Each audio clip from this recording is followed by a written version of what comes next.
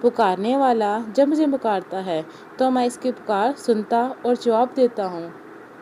کہ جب بھی آپ کو کوئی تکلیف پہنچے، جب بھی آپ کو کوئی پریشانی لاحق ہو، تو آپ یہ تصور کریں کہ اللہ رب العالمین آپ کے بہت زیادہ قریب ہیں، اتنا قریب جتنا کوئی اور نہیں۔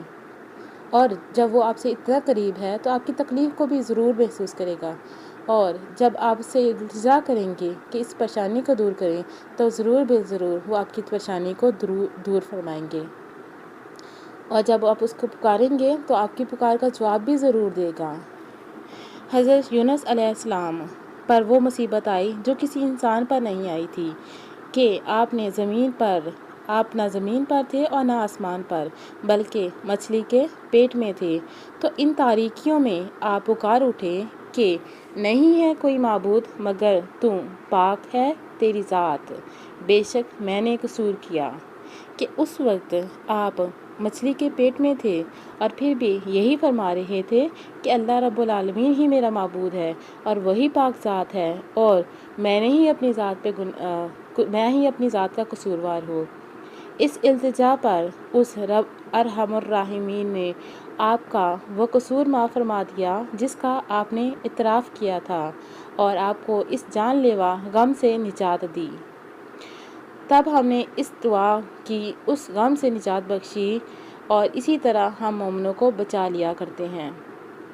غمزدہ کے لیے ذکر الہی اور دعا کتنی مفید ہے، اسی بات سے ظاہر ہے کہ جن لوگوں کی دعا خاص طور پر قبول ہوتی ہے۔ کن لوگوں کی خاص طور پر دعا قبول ہوتی ہے؟ ان میں ایک وہ شخص ہے جس پر ظلم کیا گیا ہو۔ میں نے دعا سیریز میں آپ کو بتایا تھا کہ کون سے ایسے لوگ ہیں جن کی دعا بہت جلدی قبول ہوتی ہے۔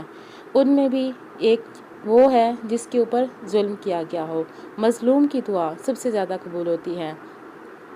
حضرت ابو ہریرہ سے روایت ہے کہ رسول اللہ صلی اللہ علیہ وآلہ وسلم نے فرمایا کہ 3 آدمی ایسے ہیں جن کی دعا رد نہیں ہوتی۔ ایک روزہ دار کی دعا جو وہ افطار کرتے وقت کرے، دوسری امام عادل کی دعا، اور تیسری مظلوم کی دعا۔ اللہ تعالیٰ اس دعا کو بادلوں کے اوپر اٹھا لیتا ہے اور اس کے لیے آسمان کے دروازے کھول دیتا ہے، اور پروردگار فرماتا ہے کہ مجھے اپنی عزت کی قسم، میں ضرور تیری دعا قبول کروں گا، تیری مدد کروں گا، چاہے وہ کچھ دیر بعد ہی ہو۔ ایک بات یہاں پہ یہ بھی آ جاتی ہے کہ ہم دعا کرتے ہیں اور فوراً سے رزلٹ کی امید کرتے ہیں کہ ہمیں وہ دعا ہماری قبول ہو جائے، لیکن دعا کریں اور دعا کرنے کے بعد صبر کریں اور اللہ تعالیٰ سے امید رکھیں کہ دیر سویر ہو سکتی ہے لیکن وہ آپ کی دعا ضرور قبول کرے گا۔ بسا اوقات غم اور خوف و خطر راتوں کی نیندیں اڑا دیتا ہے۔ جو انسان سونے سے پہلے ذکر و دعا کر کے اپنے سارے غم و فکر خدا کے حوالے کر دیں تو خدا کی مہربانی سے اس کی نیند پر بھی اچھا اثر پڑے گا۔ جو مصیبتیں ایسی ہوتی ہیں جن کو ٹالنے کے لیے کوئی تدبیر کی جا سکتی ہے، مثلاً بیماری میں علاج کروانا یا روزگار حاصل کرنے کے لیے جدوجہد کرنا، ان کے لیے تدبیر کرتے ہوئے بھی ساتھ ذکر الہی اور دعا جاری رکھنی چاہیے، اس لیے کہ شفا اور روزی در حقیقت تو اللہ ہی کے ہاتھ میں ہے، اور پھر ذکر الہی اور دعا سے انسان کے اعصاب کو جو سکون ملتا ہے، اس کے باعث انسان بہتر تدبیر کرنے کے قابل ہو جاتا ہے۔ یہاں پہ ایک اور بات آ جاتی ہے کہ کچھ لوگ ایسے ہوتے ہیں جو صرف دعا کرتے ہیں اور دعا کر کے چھوڑ دیتے ہیں، اپنی تدبیر نہیں کرتے، اپنی طرف سے کوشش نہیں کرتے اس چیز کو حاصل کرنے کے لیے، اس غم اور تکلیف سے چھٹکارا پانے کے لیے، بس اللہ تعالیٰ پہ چھوڑ دیتے ہیں۔ اللہ تعالیٰ پہ چھوڑ دینے کا مراد کہ وہ تدبیر نہیں کرتے،